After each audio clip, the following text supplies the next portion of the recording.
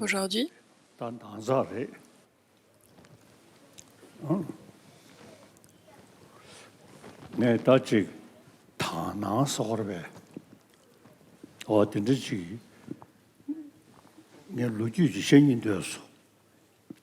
j'avais envie de vous raconter une histoire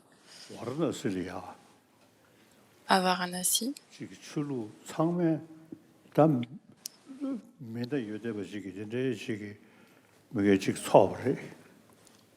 Tous les différents représentants de diverses religions se sont retrouvés à ce moment-là.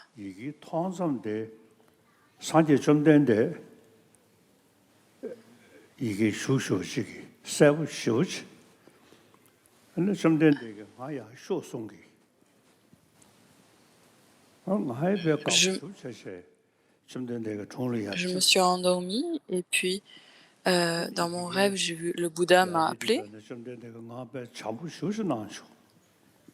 Il m'a appelé et a été très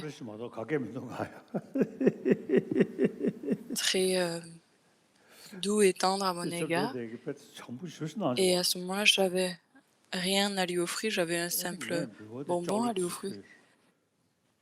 Ce chocolat. Et le Bouddha était vraiment ravi. Donc c'est un rêve que j'ai eu qui était très clair. Ce n'est pas réellement un rêve, en fait, c'est une apparence, on pourrait appeler ça une apparence claire ou une apparence plus claire. Je suis un disciple du Bouddha. J'ai étudié, contemplé et médité sur le Dharma. J'ai pratiqué plus ou moins, j'ai une certaine expérience de la bodhicitta et de la vacuité. Et c'est ainsi que le Bouddha alors a été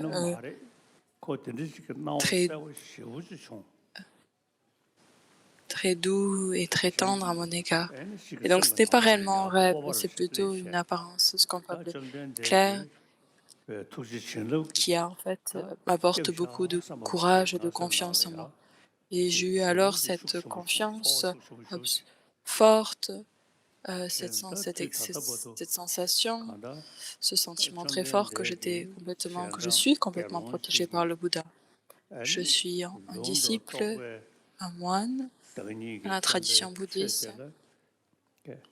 Et alors celui qui représente les réalisations des textes et des réalisations, les enseignements des réalisations et les enseignements scripturales. Donc le Bouddha qui est en fait la manifestation de cela. J'ai fait de mon mieux en fait d'étudier ces textes et de suivre dans ces pas. Et aujourd'hui, de nombreuses personnes d'à travers le monde sont présentes ici aujourd'hui. Et j'ai une confiance absolument totale dans les enseignements. Et je fais de mon mieux afin de pouvoir pratiquer les 3 entraînements supérieurs afin d'être bénéfique aux autres.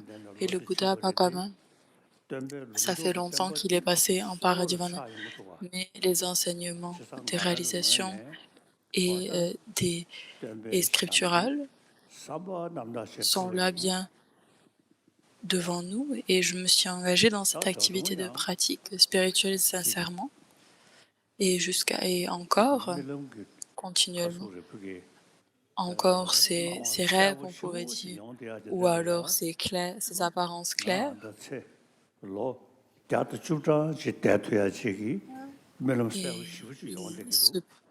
Se présentent des rêves clairs où je reste en vie pendant 110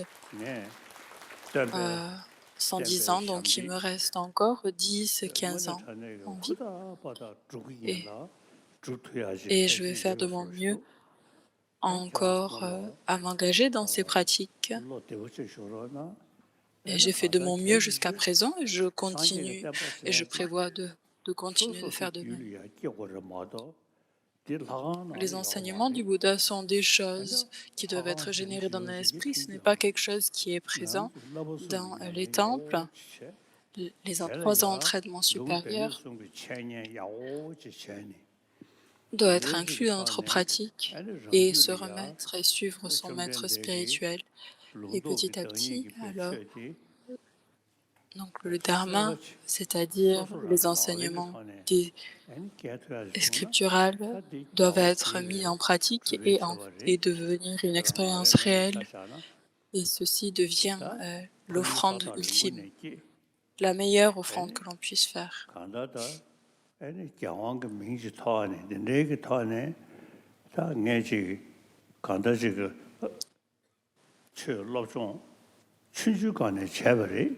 Depuis petit, je me suis engagé dans cette étude du Dharma.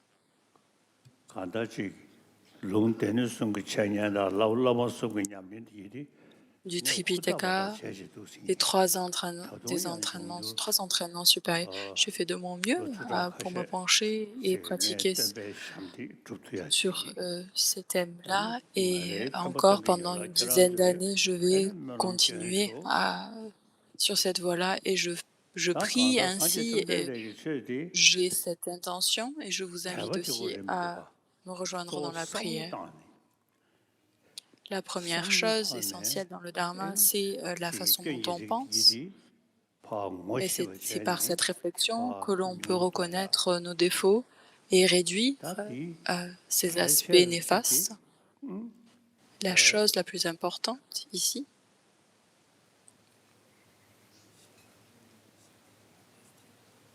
c'est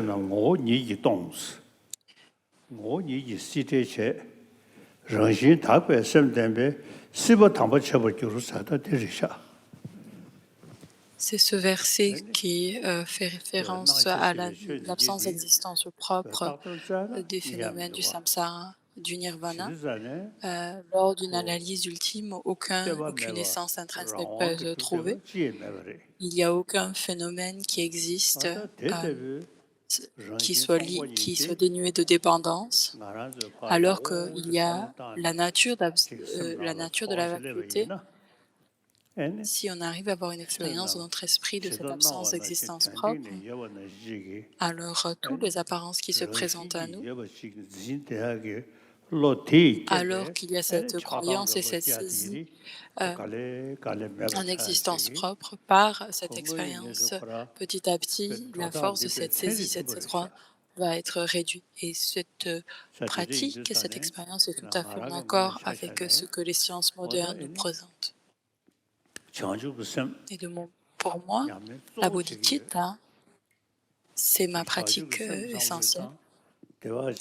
Je réfléchis à la bodhicitta et je considère tous les êtres sensibles qui sont égaux. Et naturellement, dans mon esprit, je me sens, quand j'ai une telle réflexion, d'être très touché, en fait. Et en se remémorant les vœux de Bodhisattva afin de pouvoir accomplir mon bien-être et celui des autres, j'engendre l'esprit d'éveil. Puisse-je obtenir la bouddhéité afin de pouvoir être bénéfique à tous les êtres. Et j'ai une forte expérience de la bodhicitta.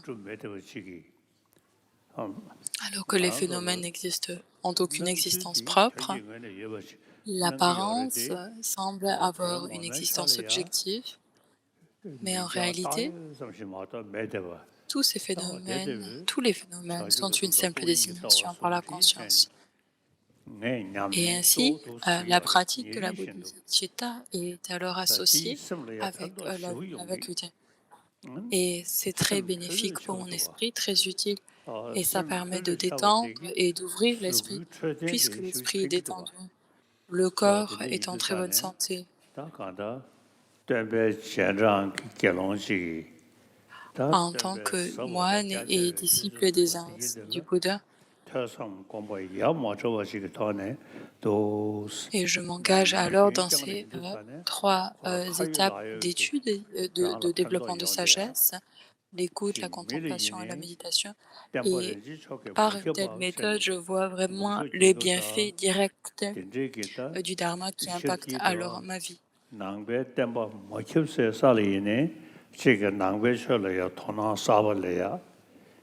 Et je remarque aussi qu'au fil du temps, il y a de plus en plus d'intérêt qui est porté sur les enseignements de Bouddha qui se répandent de plus en plus à travers le monde et des personnes qui commencent à étudier formellement le Dharma. Je remarque ça. Et de mon côté, j'ai fait de mon mieux afin de pouvoir m'assurer de la pérennité du Dharma. Et mes amis du Dharma, je vous demande que ce soit la bodhicitta et la vacuité, ces deux pratiques-là, en tant que débutant. Bien sûr, on se demande comment est-ce qu'on pourrait pratiquer une telle chose, mais en cultivant l'habitude, plus l'habitude est là, au début, au bout de quelques années, alors qu'au début, cela nous paraissait impossible, au bout de quelques années, on a une certaine expérience et un goût pour ces vérités-là. Et mes amis du Dharma, je vous demande de vous engager, de vous faire de votre mieux dans cette pratique de bodhicitta et de la vacuité. Et j'avais envie d'exprimer et de partager cela avec vous. La bodhicitta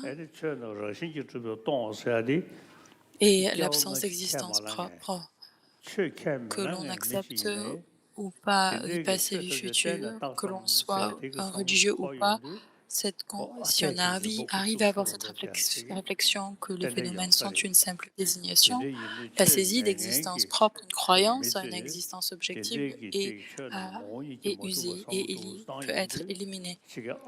Puisque les phénomènes n'ont aucune nature propre, c'est certainement bénéfique pour notre esprit. Et dans les autres traditions religieuses, par exemple le christianisme qui croit en Dieu créateur, il y a toujours ces conseils qui sont communs à travers les religions, c'est-à-dire le bon cœur,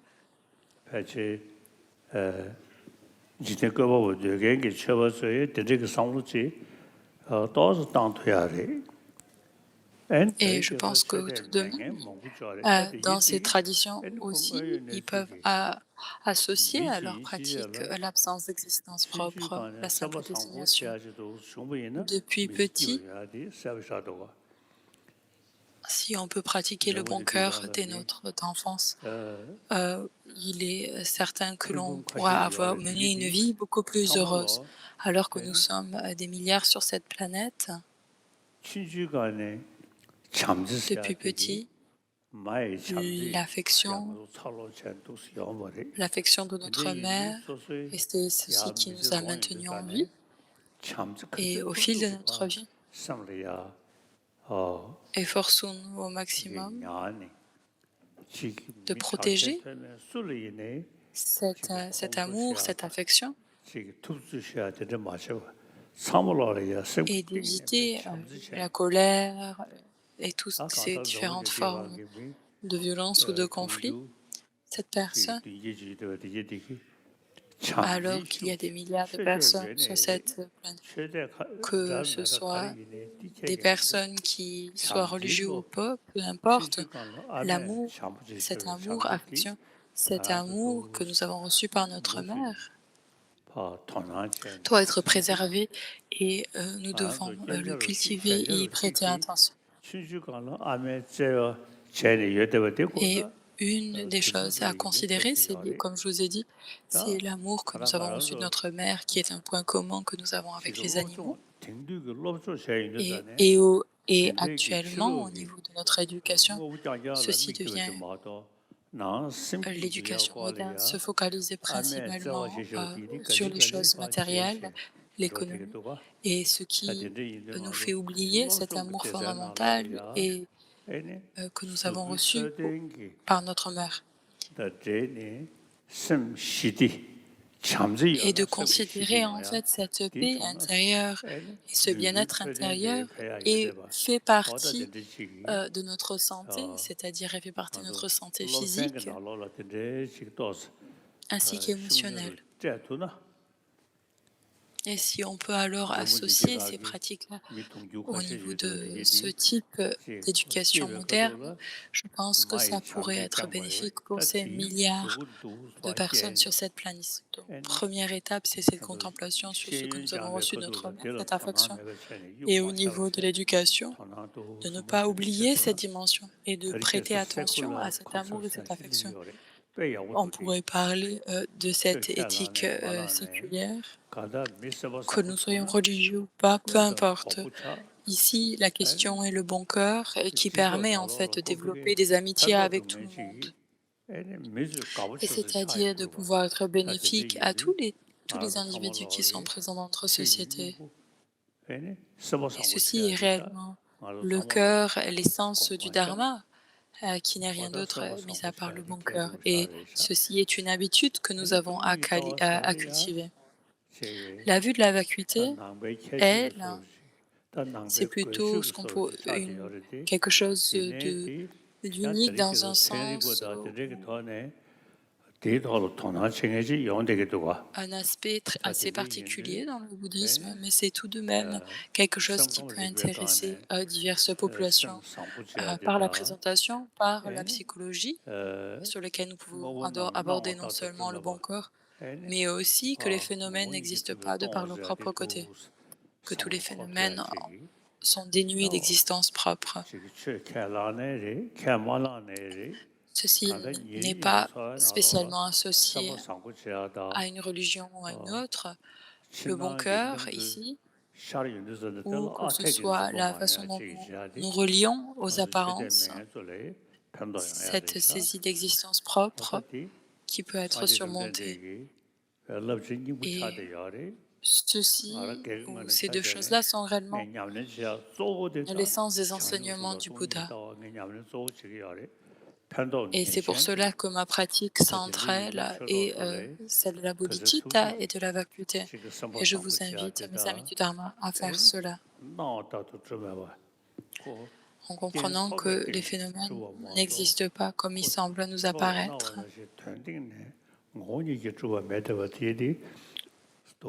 que du côté de l'objet, il n'y a aucune essence ou une existence propre. Et ça permet en fait de réduire le type d'attachement ou le type de colère qui pourrait être, qui est généré dans notre esprit. Et je vous invite, mes amis du Dharma, à penser à cela. Et aujourd'hui,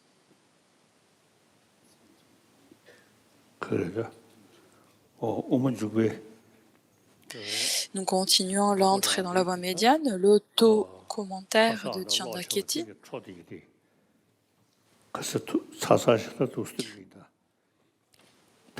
Nous allons voir jusqu'où. Donc, nous sommes arrivés au chapitre 5, Terre inaccessible.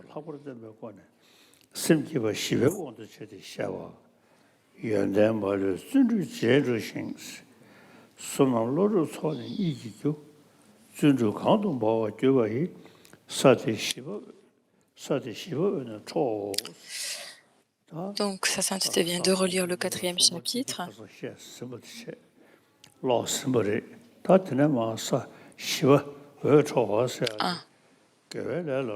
Sa sainteté reprend le chapitre 4, éblouissante, toutes les vertus procèdent de la persévérance, cause des deux accumulations de mérite et de sagesse. La persévérance y s'embrase. La 4e terre se nomme éblouissante.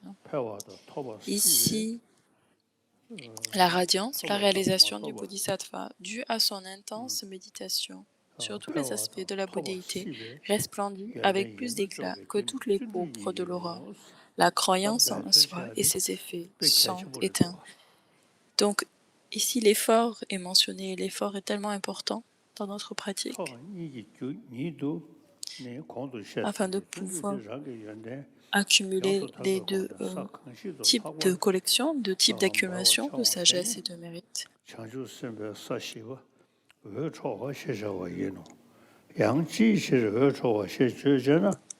민주주의 규제 때문에 대내 대시 살로 소보이 청주 초로 공부 내집에 나와 상계의 하중시 시 저메데스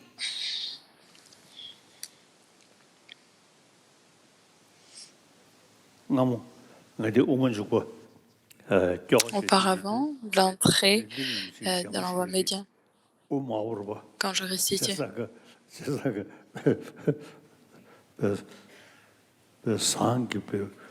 À Lingrimboche,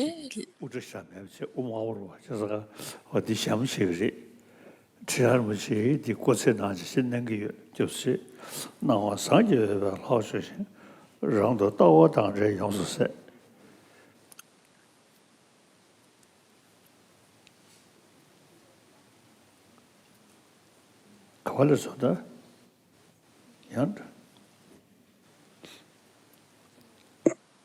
Yang da dawa, Wembala never, Dejada Chawala never did we.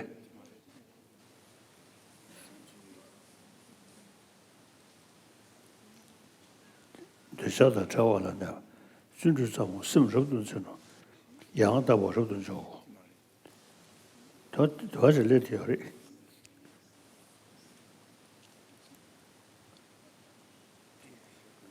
대지를 양다고 얘기시 게 매회 중에 청주선배 사태로 왜 좋아시 쳐 대라 청주지 쇼지 최니 최 순주서든 네 디데데 저번에 와셔고시 양다봉와시 저주지 강보시 온 대서 오모가 동아 청주지 양아 된당 파괴양아 개바시 쳐 대라 저번 영어 샤고 신이 제제에서다 청주선배 사회 초와선 될런데 청주선배니 뜸버잖다 시신의 저보다 너무 좋네 직전에 나선다 이 미디원이 나버로 빵데 난게 르르 르지 세수 다시 내서 뜸버잖다 시신 전보다 시신다 전보다 너무 좋네 직전 나선다 이 미디원이 나버로 빵데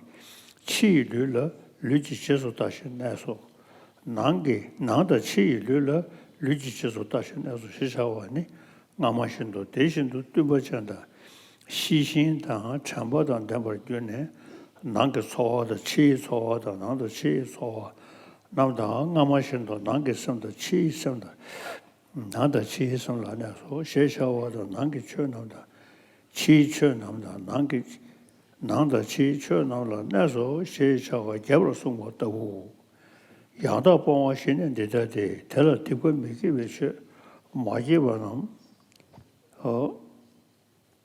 미기비치 두번째도 배도 준주 소모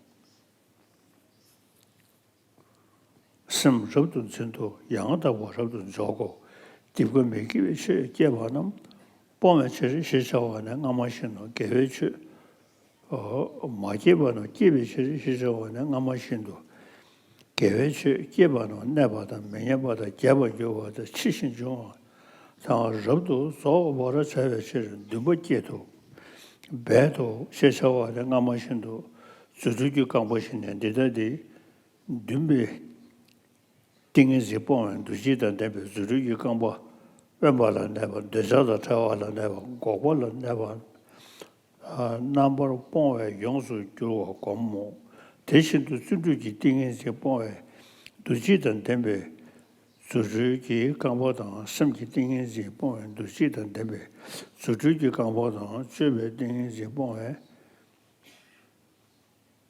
두지다 대비 주주기 강보 시셔와야 아마신도 오봉하는 데다디 대배 오봉 웬발은 내가 시셔와다 대신도 주주기 오봉보다 최배 오봉보다 띵이지 오봉보다 실기 오봉 웬발은 내가다 대차다 저와라 내가 시셔와다 소보 동안의 대단히 미주비초 판벌체와 남인데 남아신노 청주기 연락되는 데다데 대참아야다고 참아야다 청주기 연락 웬발은 내가 시사와라 소바데 대신도 최로도 나버져봐 청주지 야라도 대신도 준주 양다 청주지 야라 가와 양다 청주지 야라 신도 장바 양다 청주지 야라 띵이지 양다 청주지 야라다 당용다 양다 청주지 야라 왜말을 내가 실수와 아마셔노 박별람 야라 개발에 디데디 양다 따와 왜말라 never desada chawala never gobala never number one yongsu ju gong yang da ba to wa yang ama shen do yang da ba nga da yang da ba le je da yang da ba so wa da yang da ba so wa da yang da ba chang ba da yang da ba ding yin ze wa la never shi sha wa yang ama shen do san de le chang ju ji cho gong ba zhong bo shi do ma se ji rang do da wa tang zhe yongsu se 산들 대랑도 다 세바양 주디 지게도 개개에서도 자주선배 사회 좋아하신 데는데 자주선배데 직소로 다 원건도 저가 다다 삼전도 쏘다 기부다 강사다 공부다 컴다 기실로 뭐를 선배 군을 남배 하버려 요와다 저와 남다 나버려 따버 남다 나버려 제버 남다 담버려 점바 남 템버 점바 남탕 대근 점바 남다 노르돈 점바 남다 지딘 긴나나 강이마 대다 탐시 당 대다 차와연도 시송고 떠보고 우모는 주고 샤발레 어 초와 시초와 심기고 시보스 다 대샤샤원조 Donc ça, Sainteté vient de terminer sa lecture de l'auto-commentaire du chapitre 4. Et comme je vous ai dit auparavant, en ce moment, on parle d'une période de dégénération. Mais pour nous, réellement, c'est une période qui recèle d'une grande valeur, une opportunité en or. Nous avons cette opportunité de pratiquer le dharma, le bon cœur. Si nous savons le dharma d'un point de vue religieux, mais même sans dharma, nous pouvons tout de même pratiquer le bon cœur, cette bienveillance, de pouvoir être bénéfique aux autres. Et donc ça, c'est quelque chose que c'est notre responsabilité finalement à chacun d'entre nous.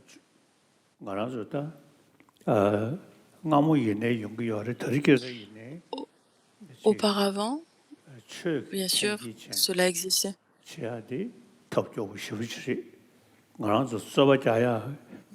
Et les différents conflits qui sont associés à la religion sont vraiment tout à fait attristants.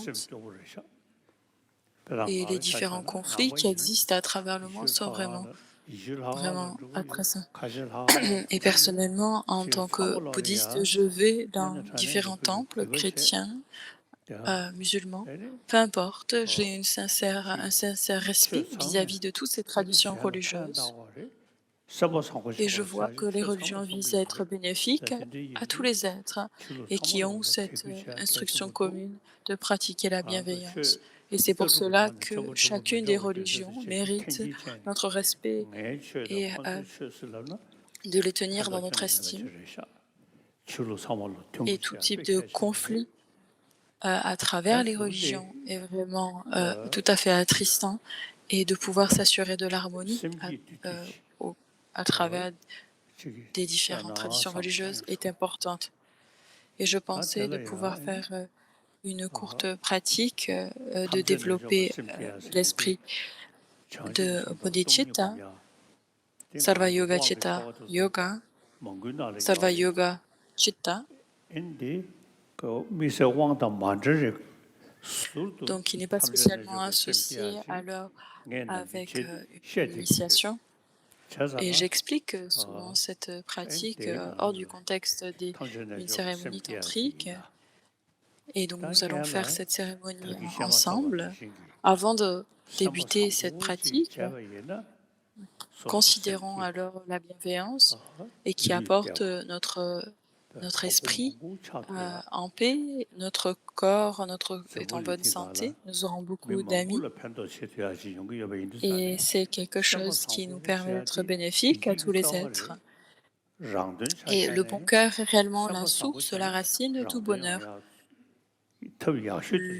La bienveillance est la racine de pouvoir accomplir le bien-être d'autrui. Si on se focalise sur la jalousie, sur la compétition, il n'y a aucun moyen que l'on puisse accomplir son propre bien. Donc accomplir son propre bien revient à finalement pratiquer la bienveillance. Et tous ces êtres, ces milliards d'êtres humains qui sont sur cette planète, sont alors l'objet de notre bienveillance. Tous les êtres sensibles, tous les êtres vivants font partie de notre attitude de bienveillance. Si on arrive à cultiver une telle attitude, que ce soit des oiseaux, si on les considère, ils ont une sincère appréciation pour l'affection que l'on leur attribue. Les animaux sont touchés par cela. Auparavant, quand j'étais en Australie ou en Autriche, je suis allée dans un parc et il y avait beaucoup d'oiseaux.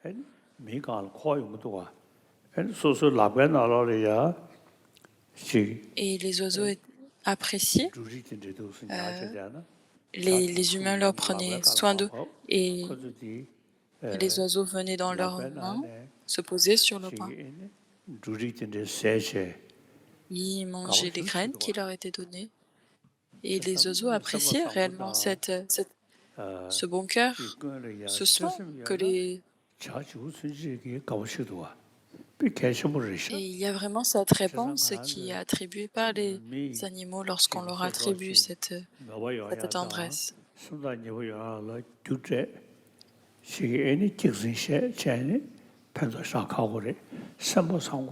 Et donc si on ment, si on dupe les autres, ça va être très difficile de développer cette appréciation entre nous. Et c'est très important de développer, de cultiver cette tendresse, cette appréciation, cette affection les uns envers les autres. Nous avons cette précieuse renaissance humaine. Et alors, dans ce monde, nous sommes des milliards. Nous dépendons l'un de l'autre. Nous vivons en société, en collectivité ainsi. Si nous pouvons aider les uns les autres, se soutenir, c'est vraiment très important. Voilà à quoi ressemble en fait la paix dans le monde. Du point de vue de notre esprit, c'est avoir cet amour, cette bienveillance. Et ceci va nous amener à vivre en paix et pouvoir éliminer tout type de guerre et tout type de conflit militaire. Et ceci peut seulement se passer si notre esprit est en paix et si notre esprit pratique et si nous pratiquons la bienveillance. Sans cela, la paix reste juste une théorie. La paix résulte de notre pratique de la bienveillance. Il faut que nous puissions purifier, éliminer l'esprit nuisible, malfaisant, etc., afin de pouvoir avoir une certaine paix à travers le monde depuis petit. Remémorons-nous la bienveillance et l'affection qui nous a été offerte, qui nous a été donnée par notre mère. Si on peut alors faire en sorte que notre vie soit animée, soit la matérialise en fait la bienveillance ou l'affection. Et chaque personne que nous connaissons, ayons cette attitude de du bien-cœur, de pouvoir être bénéfique et soutenir les uns les autres.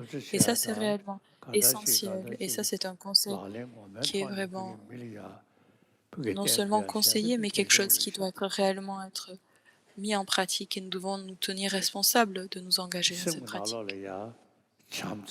Dans notre esprit, le bon cœur, l'amour, notre visage va être orné d'un sourire et notre esprit il y aura l'absence de négativité. Et on remarque si si nous avons de l'arrogance ou de la jalousie, notre esprit n'est plus à l'aise. Si nous avons besoin de la paix extérieure, nous avons besoin d'avoir une paix mentale. Et ce qui nous amène à cette paix mentale est réellement la bienveillance. Et actuellement, nous avons cette précieuse renaissance humaine. Nous sommes rentrés en contact avec le Dharma. Nous avons plus ou moins de foi, peut-être, mais peu importe la foi, ici, c'est réellement comprendre que la bienveillance est la base et la racine de tout bonheur. Engageons-nous à pratiquer cette bienveillance. C'est cette bienveillance, cette affection qui nous a fait grandir et nous devons la maintenir dans notre comportement, dans notre attitude au fil de notre vie. Et c'est ainsi que nous pouvons alors avoir une vie qui recèle un grand sens. Que ce soit des animaux reconnaissent cette bienveillance, ils sont touchés par cette bienveillance. Et aujourd'hui, utilisons cette précieuse renaissance humaine qui nous offre une opportunité extraordinaire pour pratiquer la bienveillance. Faisons en sorte que le reste de notre vie, prenez cette détermination que le reste de notre vie, vous allez pratiquer cette bienveillance, cette affection. Le reste de ma vie, cet esprit bénéfique, la compassion, va être animé, va animer ma vie. C'est ce qui va déterminer le rythme de ma vie. Et ça, c'est réellement l'essence, la chose la plus importante dans ma vie. Par une telle pratique, que l'on accepte vie passée, vie future, il est certain que au fil de nos existences, notre vie sera de plus en plus heureuse. Nos vies tireront de plus en plus vers le bonheur. Peu importe la personne, être malfaisant, vouloir causer du tort à autrui, sont à éliminer. Et nous savons très bien, faisons-nous cette promesse d'abandonner ces aspects négatifs et cultiver alors la bienveillance et la tendresse.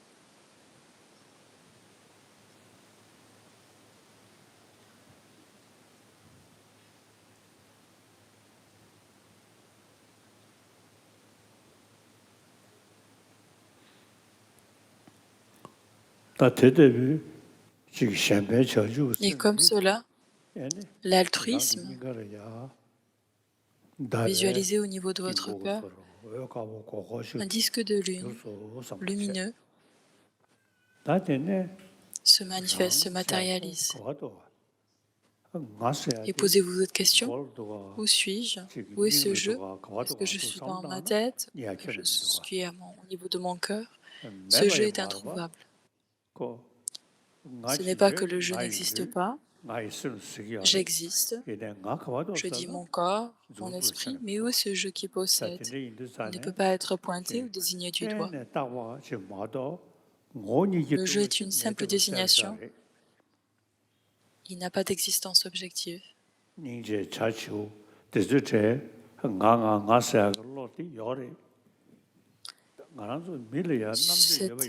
Cette personne qui éprouve de la compassion pour ces animaux, où est cette personne qui éprouve cette compassion? Il est introuvable. Ce jeu,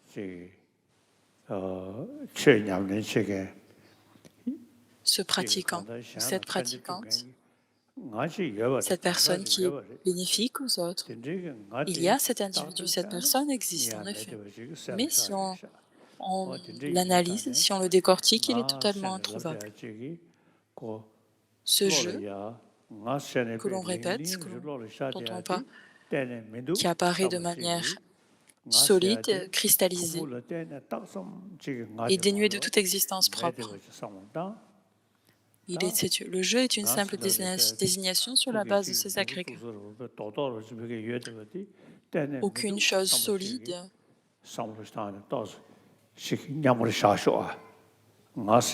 ne peuvent être retrouvés. Restez dans cette absorption méditative pendant quelques instants.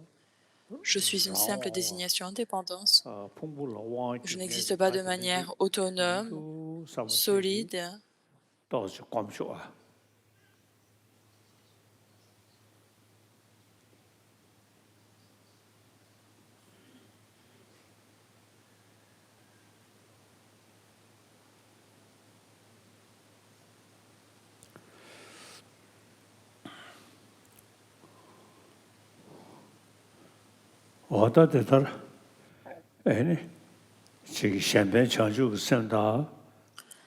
L'altruisme, c'est-à-dire la bodhicitta, qui se présente sous la forme d'un disque de lune, et ce jeu qui n'existe pas de manière objective se matérialise sous la forme d'un vajra, 5 branches blanc, qui se pose sur ce disque de lune.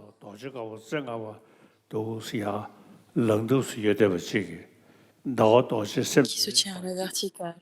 Et c'est alors le Dawa Dorje qui est le Vajra lune. Et c'est une pratique que je considère essentielle. Et dans toutes les pratiques de yoga de déité que je fais, ceci est vraiment ma pratique centrale. Et en tant qu'ami du Dharma, il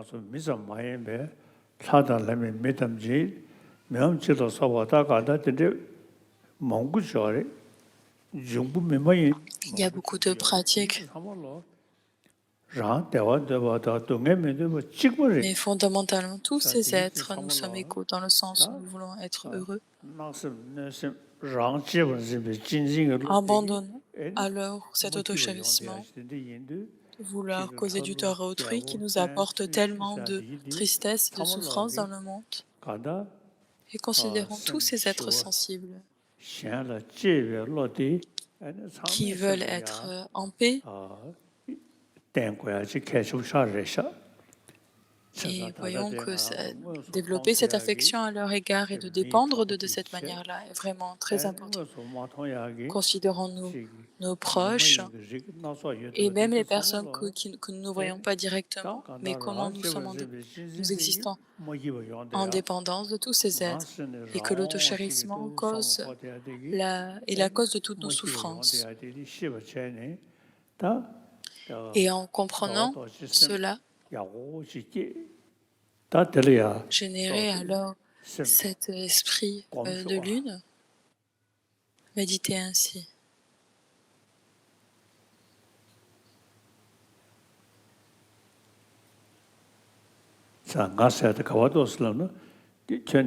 Où est ce jeu? Le jeu est introuvable. C'est très clair, n'est-ce pas? Ça ne veut pas dire que je n'existe pas. J'existe. C'est juste que je ne suis pas. Je ne peux pas être désigné. J'existe sur une simple désignation, en dépendance d'une désignation. La bodhicitta, cette lune blanche, ronde, et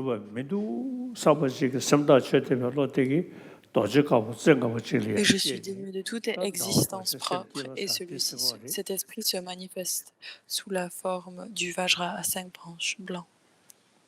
Et c'est la pratique là dont je vous parle qui s'appelle Sarva Yoga Chitta. Ce yoga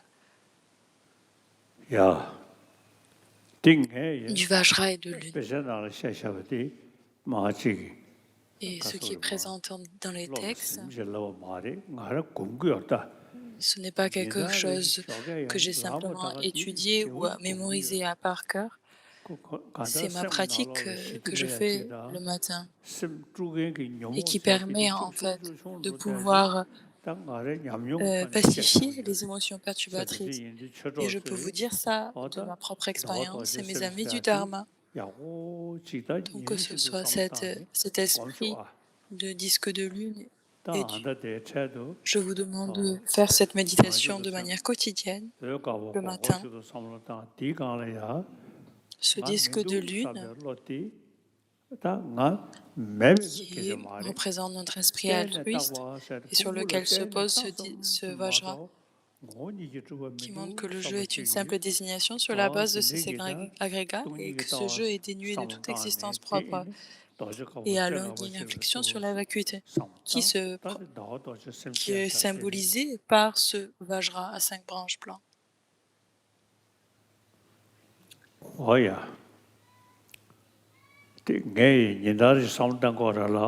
C'est ma pratique quotidienne. Et sur la base de cette pratique,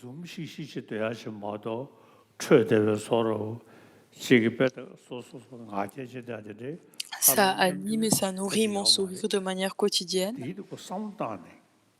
Et de me sentir proche de tous les êtres, de ne fuir personne. Et ça, c'est naturellement en fait l'effet que ça a sur son comportement, sur sa manière de mener sa vie.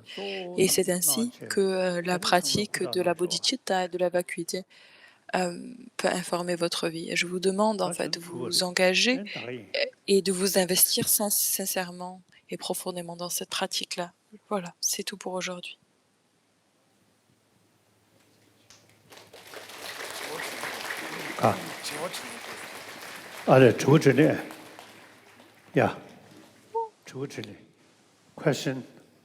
Question-réponse.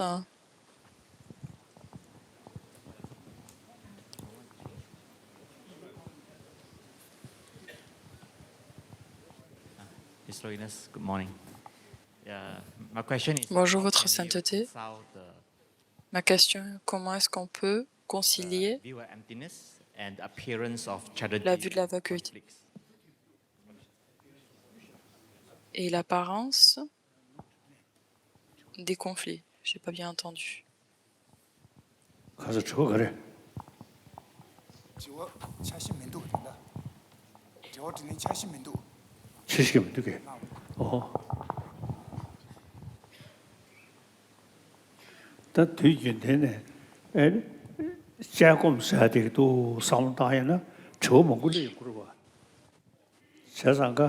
Lorsqu'il y a une analyse qui se fait par l'observation analytique, les questions, on peut trouver en fait des réponses aux différentes questions. On peut répondre aux questions que nous amène la colère,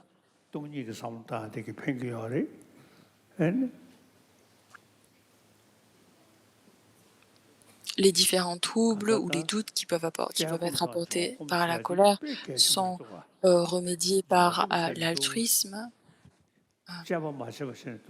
Aussi, lorsqu'il y a une saisie de l'existence propre ferme, une saisie des apparences, alors la vacuité peut éliminer ce type de croyances.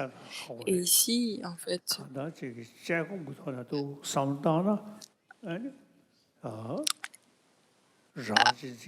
adapter en fait nos réflexions avec des méditations analytiques nous permet réellement de dissiper les doutes ou de répondre au type de questions ou de remédier à la manière dont on se relie aux apparences. Et simplement avec une méditation focalisée à un point, c'est difficile de transcender ce type de complexité. C'est pour cela que la méditation analytique est très importante. Par la méditation analytique, permet en fait d'arriver à une fin où nous sommes certains, sans analyse. Les émotions perturbatrices prennent de l'ampleur. L'analyse est très importante. Dans tous ces différents traités que nous regardons, Nagarjuna, etc., c'est une méditation analytique. Aussi, nous avons Shantarakshita a débuté et a amené en fait cette traduction de ces différents traités, de ces grands pandits, de ces érudits.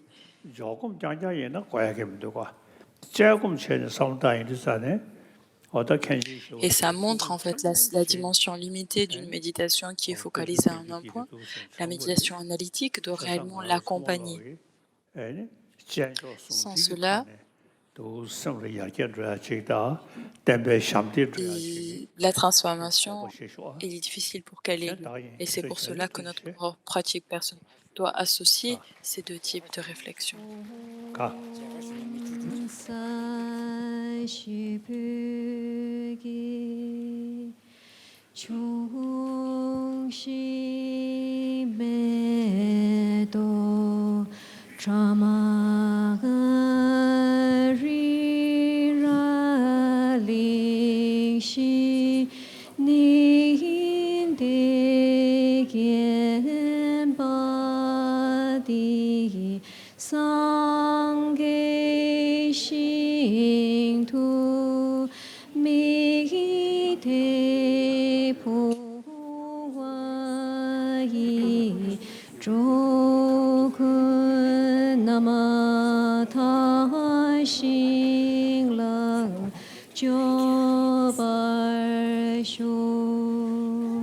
Idam Guru Rana Mandala Kamnaya Tayami.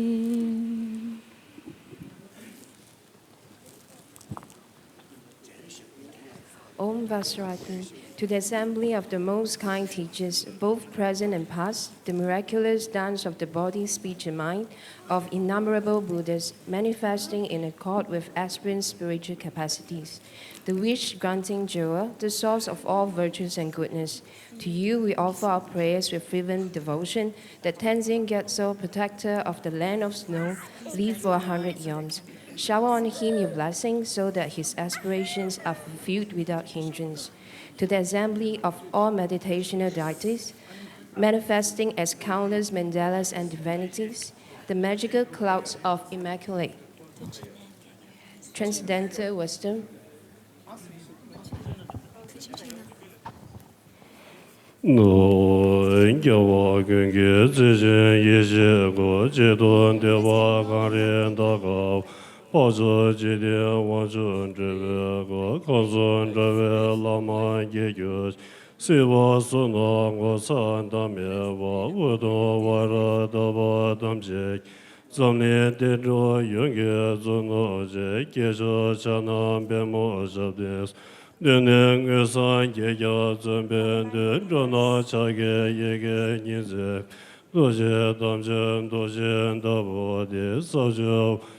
Jimbo Shabin Zo Chancho Lamye Rimbe Ngodo Gu Sawasum Yeme Jimbo Le Kenda Zewe Yende Same Chancho Dowa Nyeba Shabin Zo Cheche Zum Chado Minga Shin Bobe Deshin Gebo Yoso Ru Sozo Chode Ma Chole Namge Jimbo Shabin Zo Losa Tembo Rembo Shiru Lege Golo Zonge Ge Gonge Duk Langbo Lebo Ge Jiri Maves Jobdes Nozon Yuzu Zanga Lam Ye Je Wangxi Nezo Zamon Zhojit Guji Yishi Nguzo Nyeze Gyado Doji Zhawa Ngubo Gunge Nelo Chaya Je Zabze Nizo Mebe Lengik Yishi Nime Zishi Meze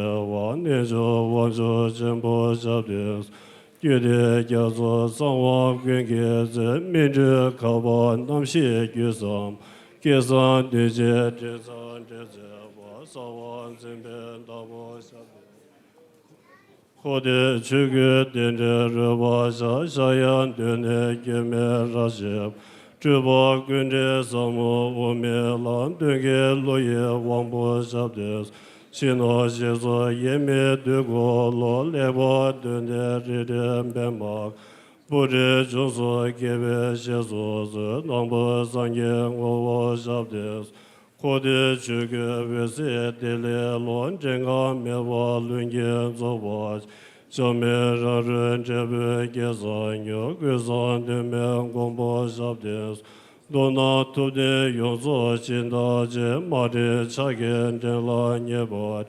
Dendan Jowa Gunge Gyabje Bo Denzen Gyabze Wangbo Shabdes Sebo Sumge Jebe Zono Ge Kange Shabe Chashi Kolol 귀신 되게 내가 되와예 주게 개보 전보 잡des 라멘 되게 사실라예 라도도 네벤 도제 자게 등에 도제 자리 존재바 지제 히로 가베 잡des 사다 름보 닌도 내게 바 선소 진도 교와 메바 준제 파조 개베 시면단 도제 칠라 조제 도조 시메 라조 숨게 칠란다 라마 예다 상게 전세 덴벤 도게 제다 서원데 게면조 진게 라도즈 강레라베 고베 신감소 벤단 대와 마르 조벤 제레스완 딘진 가조 샤베스데 바돈 덴교제 개와 근도 야다 라마단 제메 로제제 사다 람게 윤데 rabzo네 도제장 고방유조조 창세와다 제제샤와 지소이랑 괴제소와예 개와 중세다게 제사 담전조베 전주전보 멸라로베 개베덴바 구나조 소진소면데 삼정예메 주범말럽 소존덴베절렌제요지